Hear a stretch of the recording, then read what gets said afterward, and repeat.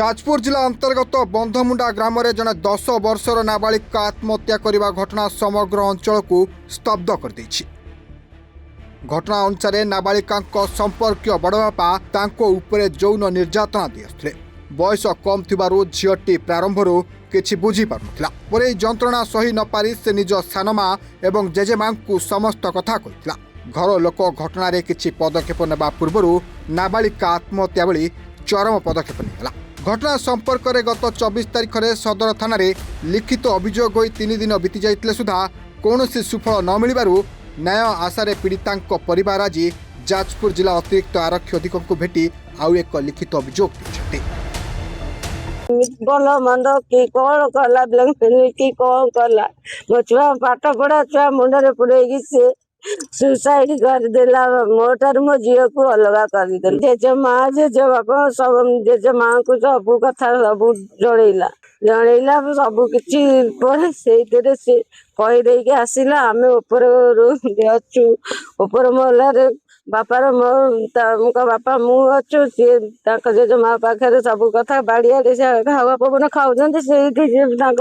कहला मन कथा कहली कहला माँ एमती सब घटना मो सहित एमती कर कथा जे मो झी 24 तारिख दिन रसी दे लुगा साहाଯ୍य आत्महत्या करती आम तल घरे आम बापा माँ उपर घरे थिलु। आत्महत्या करार मुख्य कारण कि तार जो बड़ापा हम जी छकरे सहित बेले बेले कथबार्ता हुए स्कूल पिकअप ड्रॉपिंग समय बस पिकअप ड्रॉपिंग समय जो ऑटो जो जो आसा करे से समय से पापा रिलेशन रे प्रथम से ये कथबार्ता करवा ये सहित मिसवा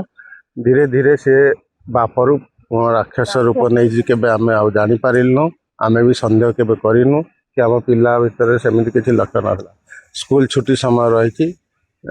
स्कूल छुट्टी समय पिला 100% घरे रही घरे रहा भितर आउरी से खराब नजर रखिकी समय माने कच्चा जिनटा को सी माने जे कौन खराब सेप दवा कथा दे जहाँफल मो झील सही न पारे लास्ट आत्महत्या कर आत्महत्या करने पूर्वर ता प्रति घटित होता समस्त घटना तार माँ सान माँ जेजेमा समस्त पाखे कही आज मोर कि सब थी भी कि ना कह कौन ना मो जीवन में मीडिया को देशर समस्या विषय बाइट दे आज मो निजे समस्या भितर बाइट दूचे ये मोर दाबी करी जो लोक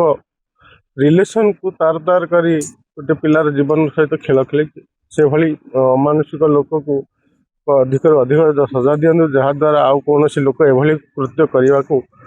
पूर्व सहायतार चिंता कर।